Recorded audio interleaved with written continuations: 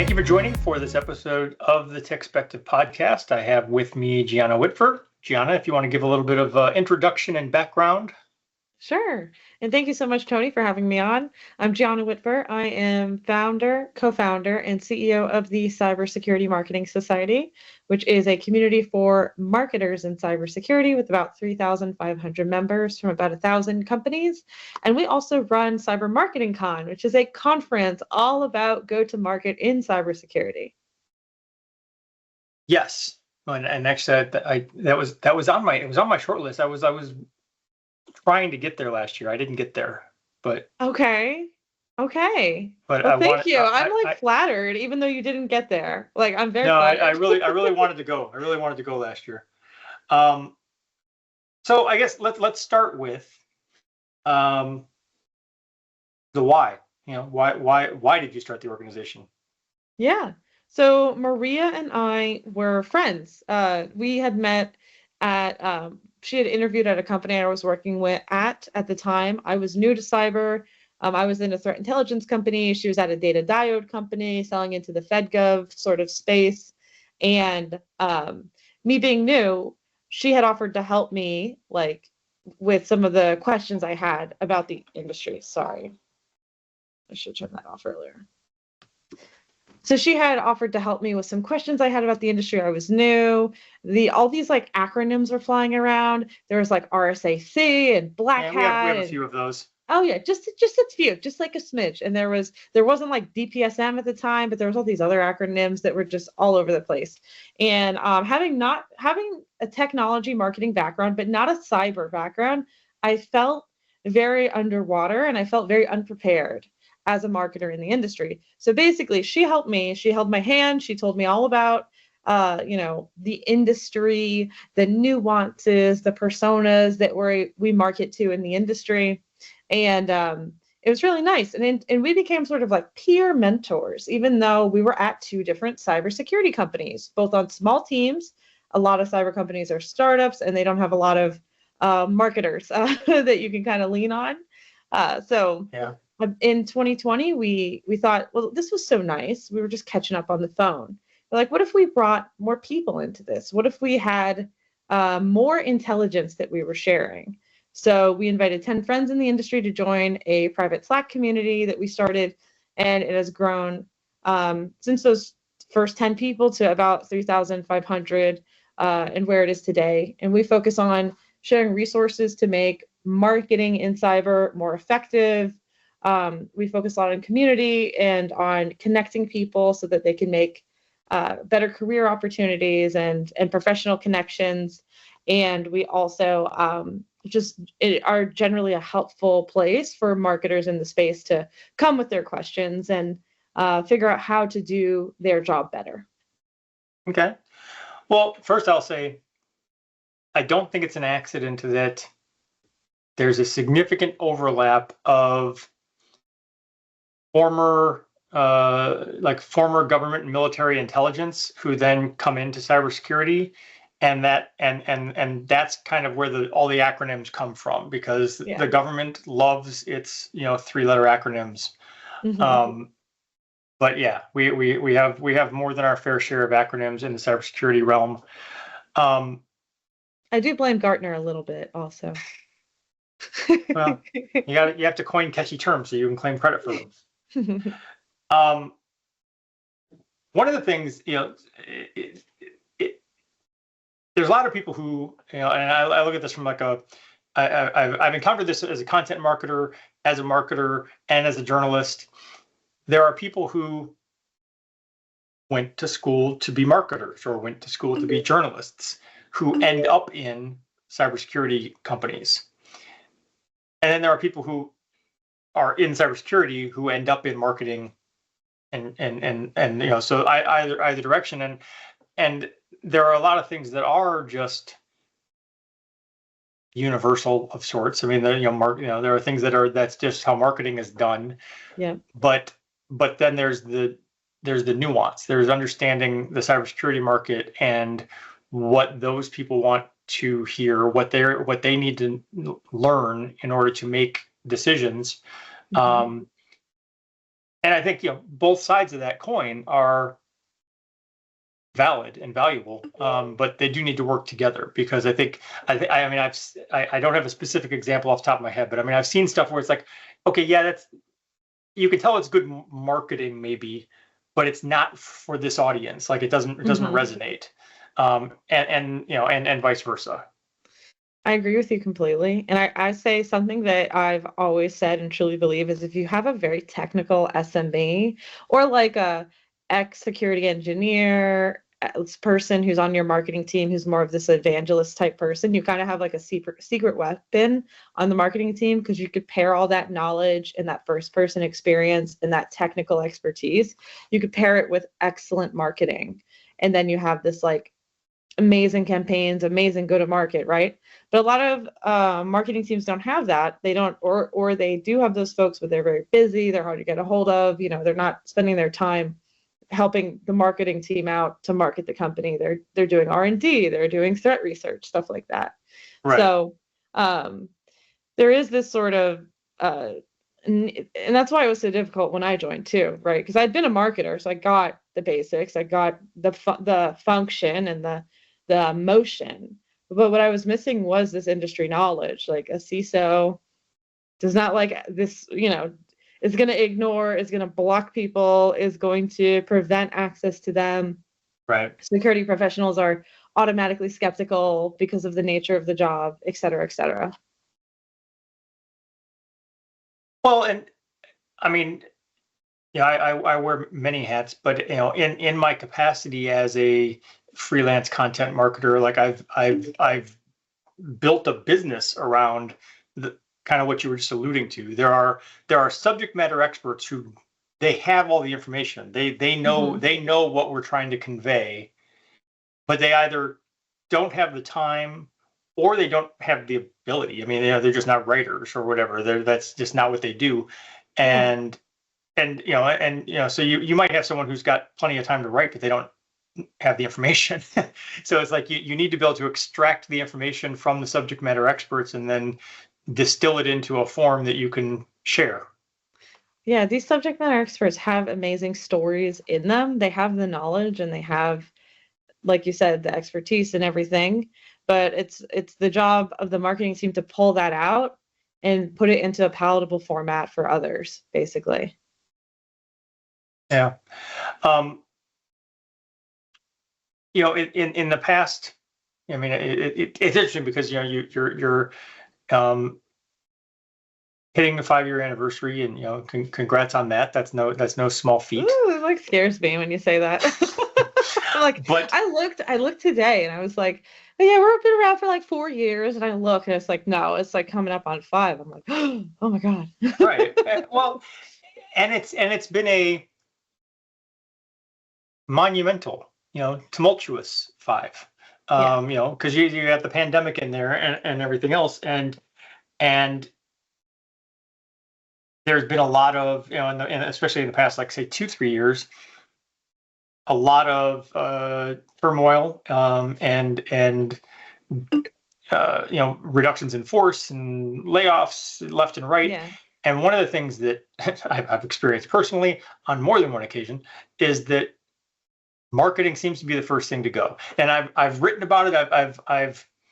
I've railed against it on LinkedIn and every other platform I can find, where I'm like, listen, that shouldn't be the first thing that you like even during the pandemic, when it's like, okay, I understand, given what's going on in the world, that you have to shift some priorities. You have to do some things differently.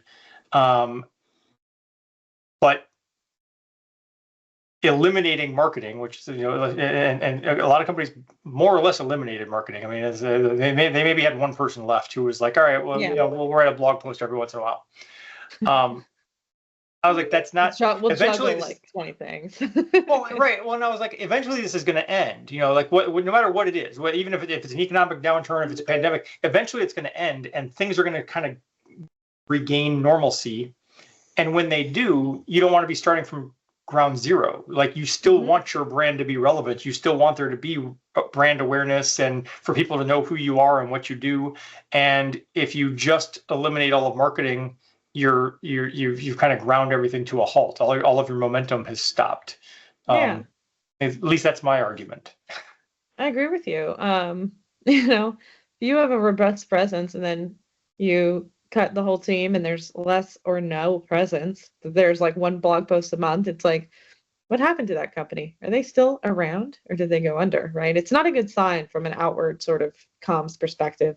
The other thing is marketing is a long-term game, you know, building a brand, building a voice, building is in there is the word of choice I'm using for a reason. It takes a while to build what you're trying to build with marketing. It's not always instant performance-based demand gen, right?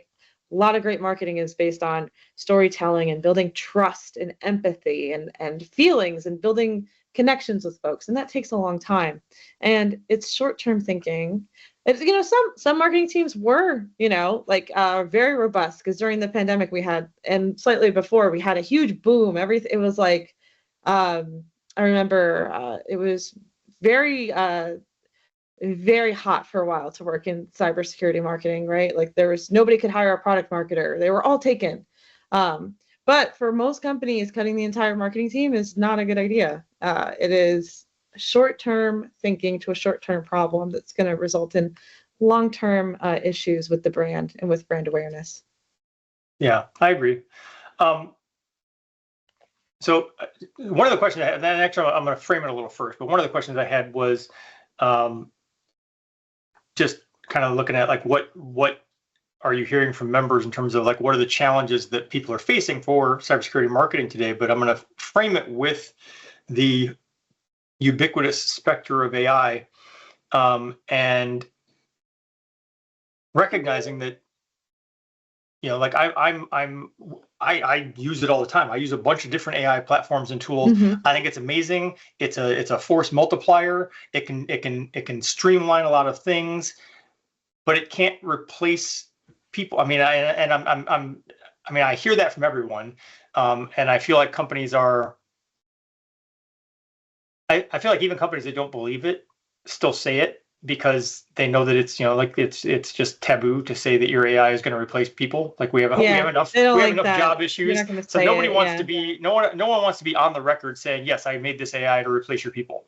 So I think that, you know, the people aspect is very important. But again, going back to companies like slashing marketing departments and marketing budgets, I can see, like, as someone who, you know, uses these tools and stuff, I can pretty much tell when you just said, hey, ChatGPT, write me this article, write me a blog post, and then you copy and pasted it in and published it as is. In the ever evolving world of XXX. Right. Yeah. You know, in the blah blah blah era. Because ChatGPT is very formulaic in a fifth grade English sort of way. Yeah. Where it says, oh, you want me to write a thing? We're going to have a thesis paragraph. We're going to have a 3-paragraph body that lists the points. And then we're going to have a conclusion that summarizes the exact same 3 things I just said. And it's exactly what your 5th grade English teacher told you to write. And the thing is, I mean, it's okay. You know, it's just that you can tell that it's just ChatGPT. And I'm picking on ChatGPT, but it could be pick whatever. on ChatGPT. Like, could be Gemini, it could be company Copilot. in the world. It's fine. Yeah, could be whatever. But anyway, I you know, so I'll go back to the question, which is, you know, what are we hearing from members and what are you seeing as the challenges? But just kind of with that lens of how are Cybersecurity Marketing Society members dealing with AI? I think that the graphic design folks and the content folks are the ones who have been most impacted by AI in a negative way, although maybe that'll turn around. And I think that using AI in general, like we use AI as well. Like I use ChatGPT, I use Fathom, Note Taker. That's it, actually. That's all we use, I think. But you know, I think the pros, the benefits of using AI as a marketer is that if you are a small team and you're not gonna get more team members, right? That's a lot of the small companies that have a 1-person, 2-person, 3-person marketing team. Is helpful because it lets you actually produce more things and move on and keep producing, right? So that's a good thing. But a bad thing is that I think people, when these sort of tech come out and people swing really far in directions, right? They're like, oh, AI, like we don't need graphic designers anymore. Boom. Or, oh, AI, like why do we need someone to review the content? Just, just throw it into ChatGPT and press publish, right? Boom, let's get rid of all of our content marketers. I think at this point in time, we definitely still need the human touch in all of this, or it does just come out with like a sea of sameness. And I do feel and our members are affected, which is, firsthand experience here. Our members are affected. Some of our members have been affected. And even though it never was like because ChatGPT, I can't help but see trends in sort of the titles of folks who are affected. That said, I would say because there's a sea of sameness now, even more so, because of all this AI stuff, I think there's opportunity to build a really strong voice and to actually become such a great content marketer and a great writer and like a great journalist that you create a voice and people follow you for your voice again. And there's an opportunity there. Well, and you know what? You said, okay, some companies are afraid. They're not saying like AI is going to replace a bunch of people. I think that AI will replace a lot of people. I do. But I think that the jobs will evolve too. And that the future will involve more sort of like side by side with AI roles than we have right now. Right. And I'm not a futurist. I'm not a genius, so I could be completely wrong. I mean, I agree. I mean, I think it's a little head in the sand naive to think that AI isn't going to replace some jobs. Yeah. I had this conversation a few months back with someone where I said, ideally, we want the AI to replace our job. I mean, there's a I want an AI to deliver me a margarita on the beach. that too. But there's a utopian Star Trek version of the future here where by all means, if the AI can do this stuff, let it. Mm-hmm. I'll kick back and write the next great American novel or something, but the struggle that we have to get through, and I am not an economist or a futurist, and so I don't know how you get through this struggle, but I feel like it's not a short thing. Like it's not, you can't just fix it in a year. It's going to take a decade. It's going to take, a long time to deal with. If we got to that point, if we got to the point where we said, you know what, the AI can do this. Mm-hmm. You can just work part-time, or you can just sit on the beach, wait for the AI to deliver your margarita. That'd be nice. It'd be a robot too. That'd be cool. But to get there, then there's a lot of other questions we have to address in terms of universal basic income or something. Like there has to be some kind of way, like, okay, well, if I don't need to work, that's great, but I still need income. Yeah. I mean, it'll be interesting. It's interesting to live in the future, right, Tony? It's like we kind of live in the future, and it's very we're in an interesting space. I'm also interested to see, Gartner has their hype cycle, so there's all this like excitement. This they apply to security companies, right? Hype, excitement, and then trove of disillusionment, which doesn't necessarily mean things suck, but it does mean that reality is in. I think we're still in the hype. If we were applying like AI to the hype cycle, I still think we're early or mid, or at least still in that like excitement phase, and less of that trove, not in the trove phase yet. And when we get to the trove phase is when we're going to see sort of like who's going to win, because there's so many tools, and also like where does this actually not help? So.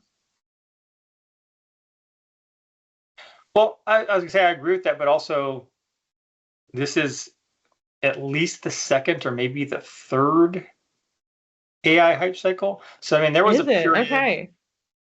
Well, because in early days, like in the 90s,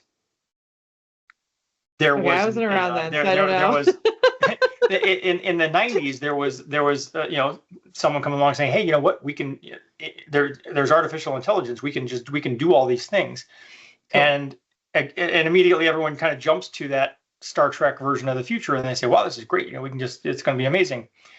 But the technology was not there at all then. Yeah. So there was money poured into it, but very quickly everyone went, this is nothing. There's nothing here. And so we already went through that kind of like that disillusionment. At least now it is functional. It's not perfect, but at least it works. And so I think the excitement phase is a lot bigger than it was previously. I think there is still some disillusionment, and I want to go back to what you said about sea of sameness. So I have talked about this for going on 2 years now since the advent of ChatGPT. But going back to what I said about people who go to ChatGPT and say, "Hey, write me a thing about blah blah blah," and then they publish it. That becomes a self-feeding downward spiral of sameness. Because ChatGPT is learning from what it finds on the internet. So when you publish your stuff on the internet that you got from ChatGPT, it's training on its own generic content. Eating its own arm. Yeah, it's like weird. Yeah, and so it's going to become more and more same, over time if that continues. But the flip side, I would say, and I've seen this. There are cybersecurity vendors who are already doing this, where like, there's the ChatGPT, of hey, we're gonna index the world and use the whole thing as our training set, with all the problems and the benefits and problems that come with that. Yeah. But if you have your own proprietary data set and you say, hey, this is my data, and you train the LLM on your data, you get a more specific version of answers. You're like, if you're whatever it is your data is, your answers are going to be more precise based on that. And so because it's not going to hallucinate and pull weird things in that are right. So for me, like if I fake.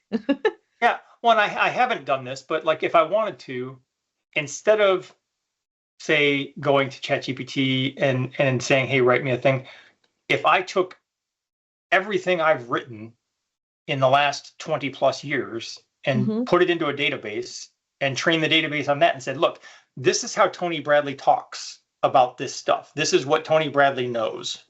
I want to train you on that. And I would have to, I guess you'd still have to pull in some other stuff because new things happen. So I can't have an AI that only knows what I knew 10 years ago. You have an AI stuck in 2014. That'd be fun. Right. But if you do something like that, and you could do it from a marketing perspective too. You could say, instead of saying, hey, let's go use an LLM and train on the entire internet and come up with ideas for marketing or whatever, it's like, create something where you're feeding it, okay, here's my brand messaging, here's what my company is about, here's my history of marketing, these are the things we've said before, this is what and you've trained it on that, and then you say, okay, based on that, give me some marketing. And then you start to hate your job, so you start polluting it a little bit. You just throw in just a smidge of like, actually, it doesn't work, and then throw that in there. No, I'm just kidding. That's cool. Have you done one of those, Tony? I have not. Have you made your own AI? The only example I can think of offhand, and I only poked around in it once or twice, but do you know Richard Steenan? Yes. Okay, well, Richard Steenan did take like his books and stuff, and he made like his own GPT. Cool. And so there is a GPT where basically, if you want to know what Richard thinks about something, you can just go ask it, and that's really neat. And it'll basically say, all right, well, here's what Richard thinks. What's the first step to that? How do you even like? I don't know. I was curious about it, but I have not looked into it. I would have to go ask Richard. Yeah, there is. So at CyberMarketingCon this year, there is one session, build your own AI tools, how to build out your awesome tool set without spending a lot of money. So we're going to have Bruno Baldo, who's over at Rainforest Technologies. He's flying in from Brazil, and he's going to teach a workshop on how to build AI tools for marketers. So I think it'll be some off-the-shelf stuff mixed with some DIY stuff, because the explosion of tools, right? You were saying you've tried a million tools, has made it so that every time you want to try something, you have to swipe that credit card, and eventually there's a limit to how many tools your marketing team can can put on the corporate expense account. So, potential opportunity there. I want to learn this year too. I think I'm going to make it a goal. I want to learn how to do my own AI things too. So thanks for mentioning Richard, because I'm going to bug him. Yeah. Well, and to go back to the notion of,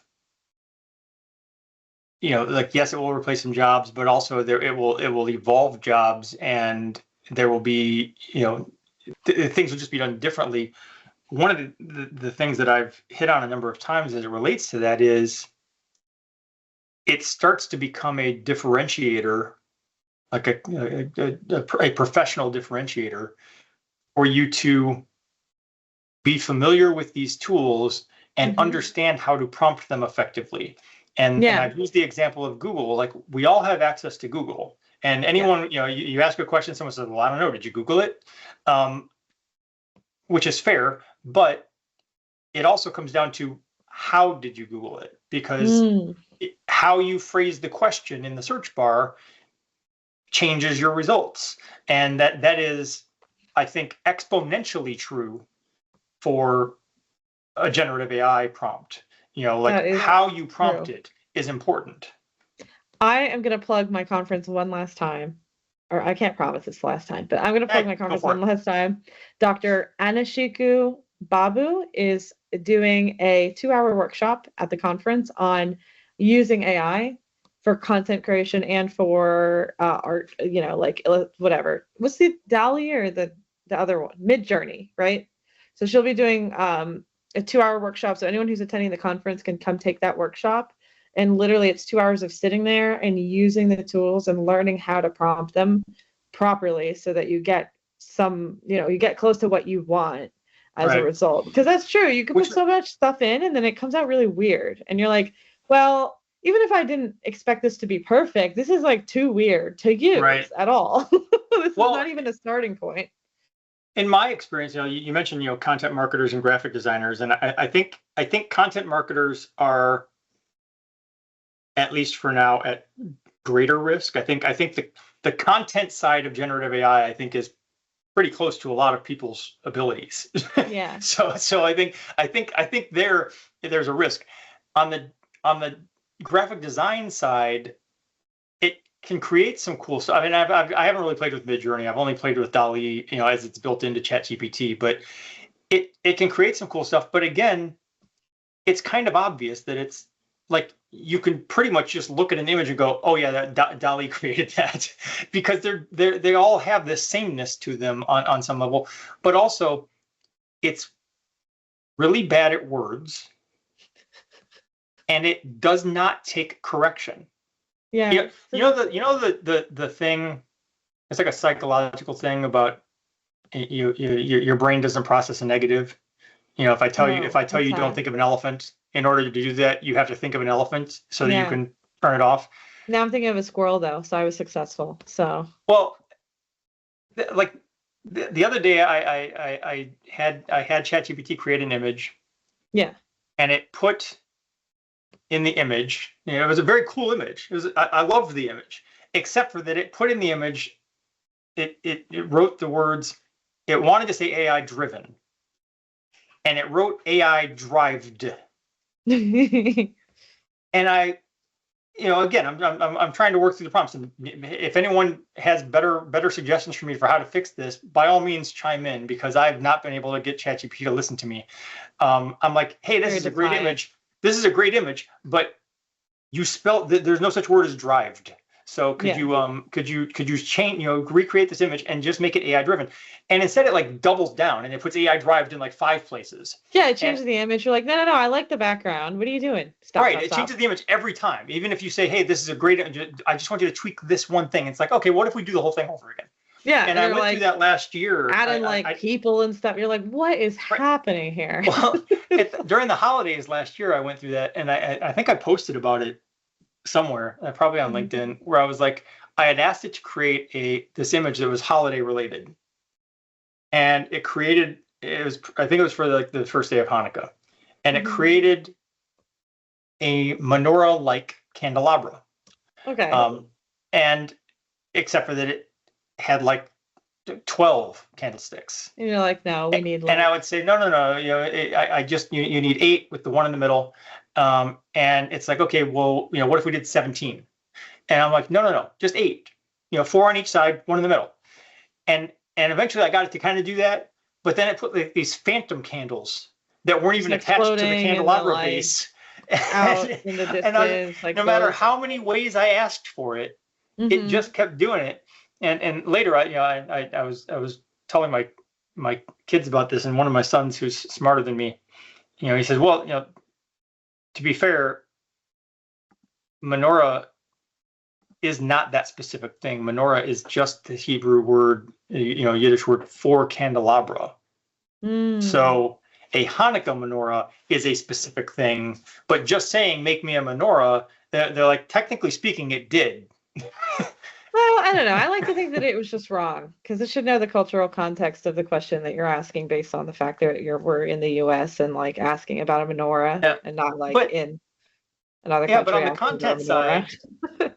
the content side, I feel like ChatGPT does a really good job of taking instruction. It writes something and I say, hey, you know what? That's good, but I need you to tweak this.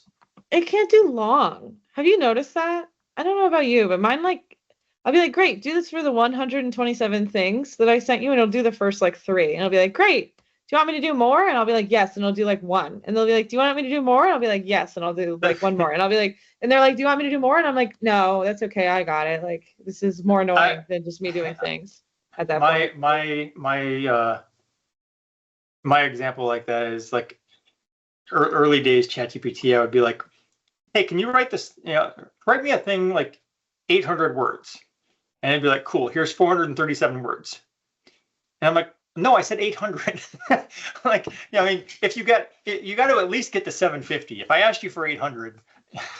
Yeah. And we laugh about it, but I do think it'll get better. Like, I think eventually, remember the early words on Midjourney and DALL-E and stuff? The early words were like, that's not even like letters. And then it got to letters. And now the letters are all wrong, but the letters are there. So I think eventually it'll figure it out. Or it'll be I'm sure that it will. Sorry, I talk about it like it's a thinking little like kid that's growing, that's learning how to write, but no, like eventually it will be created or fed or taught or trained or punched or whatever you do to AI to make it smarter. Like it'll be better. Actually, I'll ask you when you are working with a generative AI tool, prompting it, do you type it as commands like you're a developer coding something, or do you type it in conversation like, can you please do this for me? I do that second one. I'm like, hi, how you doing? Can you please help me? And I also, and what's funny? I do too, and I think that there are. Yeah. So I'm there literally are those saying a nice phrase to the AI. I'm literally asking. I'm having a polite conversation out loud with this thing because I love to use voice to text because my hands hurt a lot. But yeah, sorry. We're both polite. We're like, okay, like, nice to it. Not I'm generally polite with that. I'm often I can't say the name because it'll activate it, but SIRI. I'm often rude to that one. Okay. Because it's chiming in, like it'll just chime in the middle of me doing a podcast, and I'm like, you know what? F off. Like, yeah, you're not in the pod. You weren't invited. No one's talking to you. Shut up. Exactly.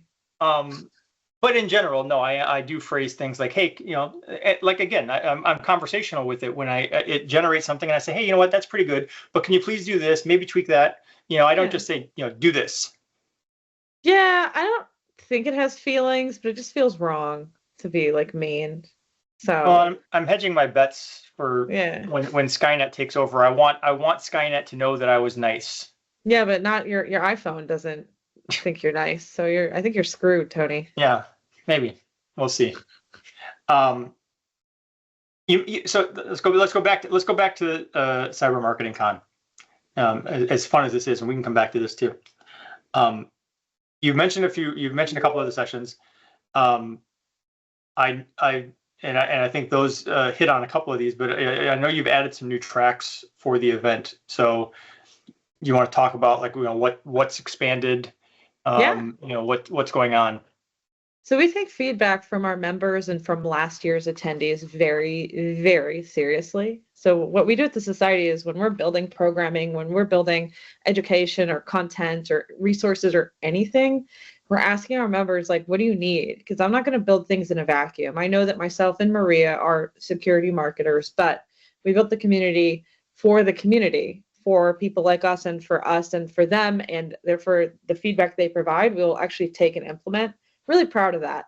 So last year that we had a couple of comments. One, like this, I'm in the government. I'm in government contracting, or like, oh, like I didn't see a lot on government contracting or FedGov or go to market for FedGov. So we added that in. So we have a GovCon and public sector track Monday only. We have brilliant speakers. We got Lawrence Nunn, CEO of Cyberspatial, talking about commercial opportunities for the national security sector. We've got a panel on public relations and events in government and government go-to-market. So that's really fun. Other tracks, we have a security research track this year, and that kind of came out of a lot of really great security research that we saw from our members this past year.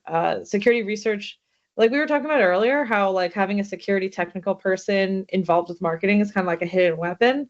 Security research is some of the best marketing a company can do. If you can create original, like finding something or calculating something or sharing something and being actually helpful and relevant. So we created a security research track. It's actually sponsored by Akamai. One of our members was like, hey, it's funny, it ties into another request. One of the requests was, can we have coffee at the conference all day, please? Because last year it was like for like 30 minutes because coffee's so expensive at these hotels. And I was like, well, maybe if you like, it's like very expensive. And they're like, we'll sponsor. And we're like, okay, cool. So them plus a bunch of other sponsors is the reason why we also have one security research track. So cool. We're going to have Mitch Main speak. We're going to have Trisha Howard. We're going to have brilliant people who are in the like security research comms marketing side of the house, plus some actual security people, Paul Ezadorian, Matt Johansson from Reddit, talking about security research and influencers and how that all mixes together. And we'll also have that free unlimited all-day coffee available for every attendee. Last thing we added, last year we had a CMO only track. This year we're having a CEO track, which is fun and new. And the reason being is that the CEO is really involved in the go-to-market for a company. So as someone who worked mostly at startups, the CEO was always super involved. And the CEO gets a lot of opinions from a lot of sources. And, you know, like we were talking about, Tony, the whole like, let's cut the whole marketing team is potentially short-sighted and something that people are telling the leadership of a company to do, right? So we are here to say, all right, what is the actual go-to-market in this industry? What actually works? What does demand gen do? And how can CEOs and executive leadership, not marketing, but CEOs and executive leadership, be involved in marketing and go-to-market in a way that helps the company? So we have a panel on building a social media presence geared towards CEOs. Like, how can you do social media for opportunity creation, brand recognition, investing? We have brought Wild Ventures, 1011 Ventures, Dream It, Secure Tech, and Insight Partners together for a panel to talk about funding and markets in 2025. And then last, we're going to have Chaz Larios, who is the VP of Marketing over at Anvilogic, which recently raised a Series C, to share about what modern demand gen looks like. Because a lot of also CEOs, they're talking to folks who were successful 10, 20, 30 years ago. We're brilliant people and have great advice, but it's not always, sometimes it needs to be updated to the modern days, right? Marketing changes all the time. That great segue, because the other thing I wanted to talk about was the content types that resonate, which is it's a fluid thing. Yeah. It's like you could just get away with text posts. Then you had to add a photo. Then it was video clips. Yeah, it's like like when I look at LinkedIn now, like LinkedIn, at least the way my algorithm has been trained, apparently it believes that what I want to see is just influencers doing, PDF slideshows of, whatever. It's a very common thing in my People LinkedIn love the feed. PDF slideshows. Like even if you don't like it, people love PDF carousel. They just like I click, I click. do, and that's how my algorithm got trained that way. But I'm like, okay, but there's a limit. Yes, I liked the first one, and I think they were pretty catchy, but it for me it has kind of watered down LinkedIn, where I'm like, listen, I don't need LinkedIn to be Instagram. I didn't come here for the influencers. I don't think we can stop that, honestly. I think LinkedIn is going to become a mix of Instagram and TikTok, and they're gonna force us all to be on that journey with them. Fair. I mean, I will say, while I literally just 10 seconds ago said I don't want my LinkedIn to become Instagram, I am also a adamant advocate against the people who try to gate check LinkedIn, who are like, well, yeah, take that over to Facebook. We don't talk about that here. I'm like, don't tell me what the fuck to talk about. Yeah. Yeah, I think I'll LinkedIn talk about is whatever the I want to talk future. about. Yeah, exactly. I think that, yeah, I think, like I said, I think you saw their videos that they've launched. They've launched basically like a Reels TikTok, which I hate because it's all kind of garbage. It's like not even, it's not, I'm like, I'm waiting to see a good one. Like it's all like the same. I want to see something One like of- LinkedIn is going to become TikTok, fine. But like, can you do something that's like, can the videos on here be like LinkedIn unique or something? Can they create something, some exactly. I was style? going to say Yeah. that as so as these different platforms have come up, and then Mhm. and they gain traction, they gain popularity, and then Facebook looks and says, hey, you know what, TikTok is really thriving, we should do that, so let's Mhm. create reels. But then all of the reels are just TikTok. They're just content that people pasted on. And I'm like, so I'm with you, where I'm like, listen, I don't really want the reels anyway, but if you're going to give them to me, could they at least be original? Because all you did was steal the stuff from TikTok. Yeah, I've seen this already. I've seen these. I've like literally seen some of them, and I'm like, hey, why am I getting a rerun?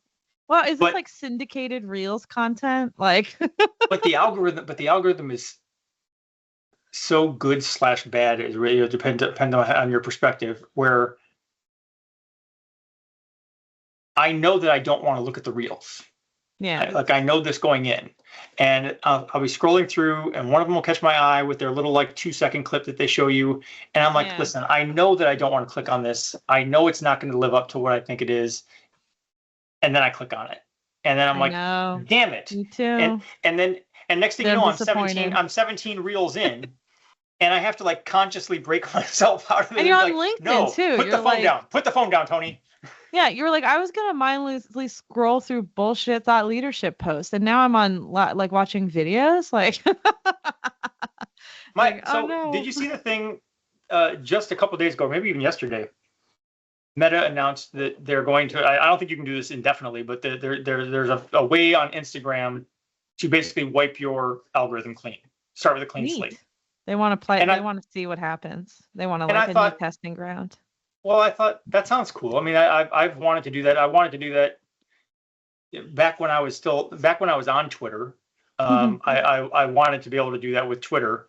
Yeah. Um, but I posted that. So we have this family Discord for myself and my wife and our kids, and I posted it, and one of my sons said, yeah, I don't think you want to do that. And he said there was a thing, he just saw a thing a month ago where some researchers went out and created fresh social media accounts on YouTube and stuff, and they were tracking how long does it take before you're looking at Nazi propaganda, and it Yeah. was Uh-huh. within minutes. They were Yeah, my if husband you will start with a look. clean algorithm, Hmm. you click 5 things, you're a Nazi.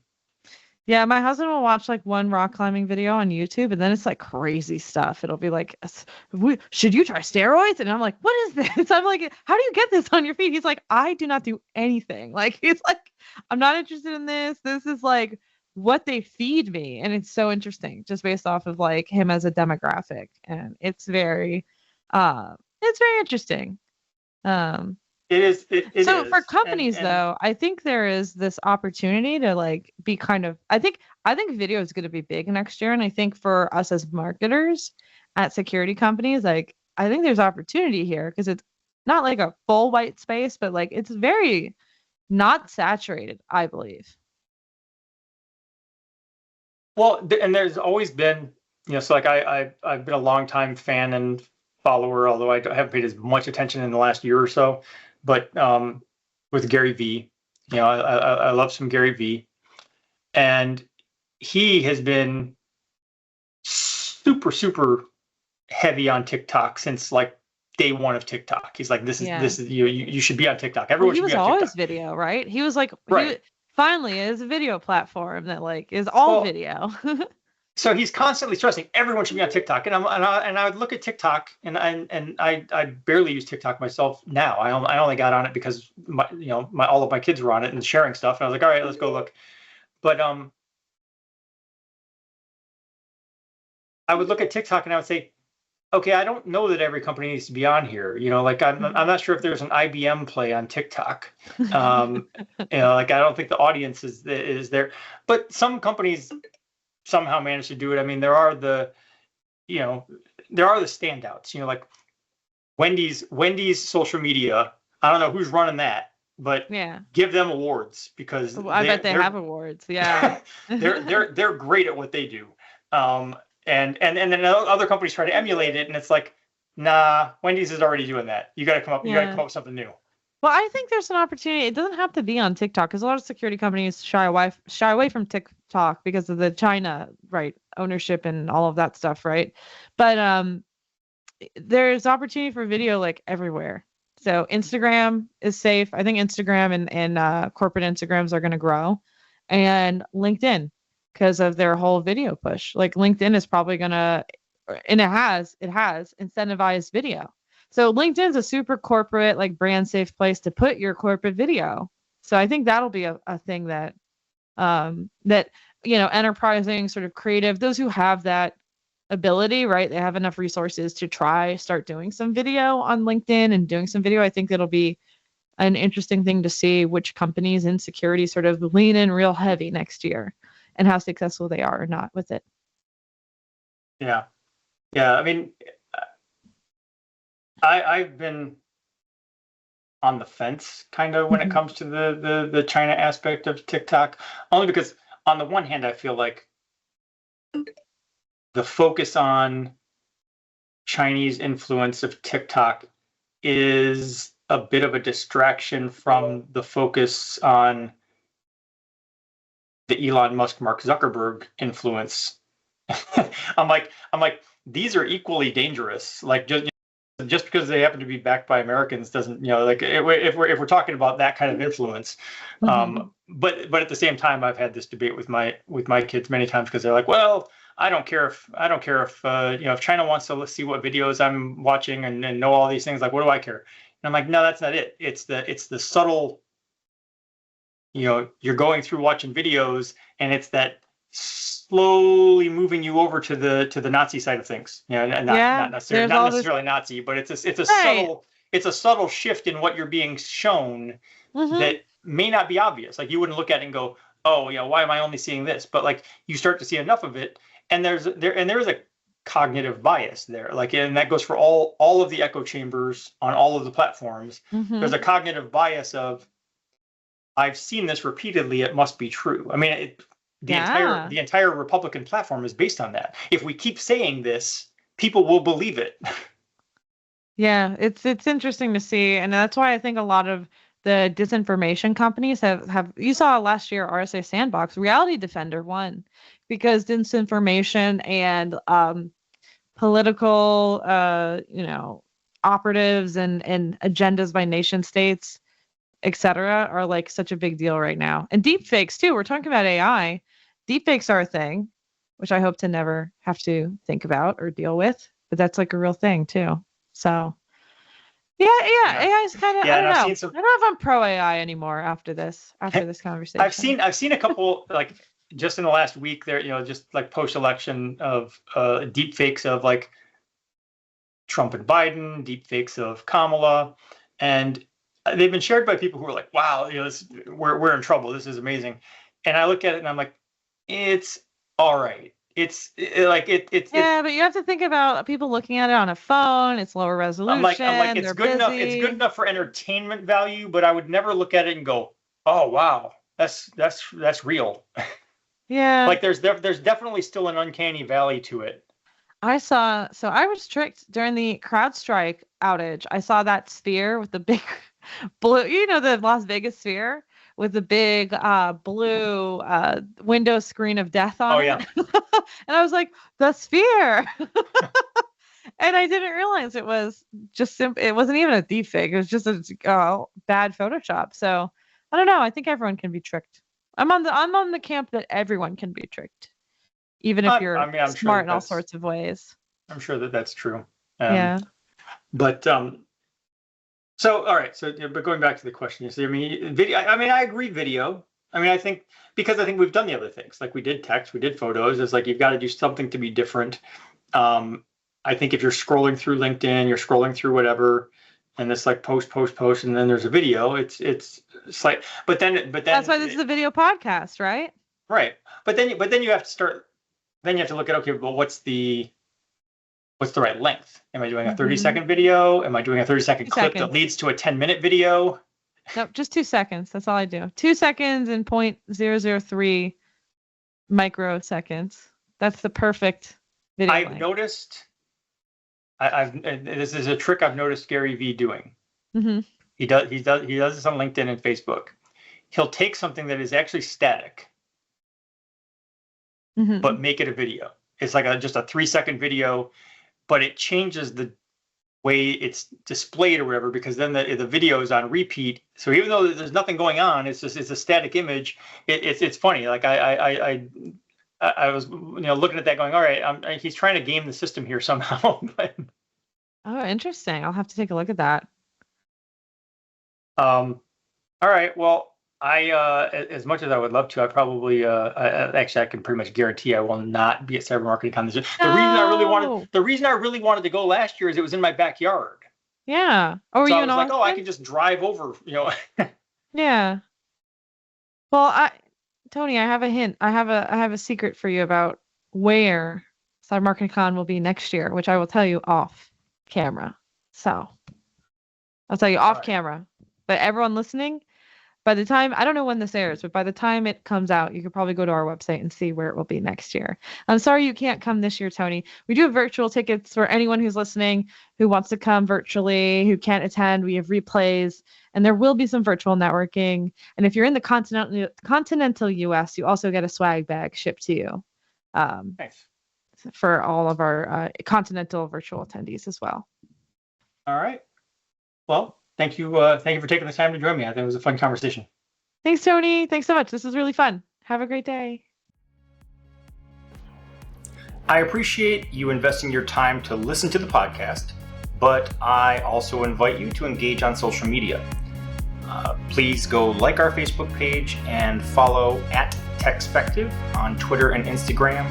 You can feel free to let me know what you like, let me know what you don't like, let me know if you love it, let me know if it sucks, and let me know what products you'd like to see reviewed or what questions you'd like to see answered in future posts.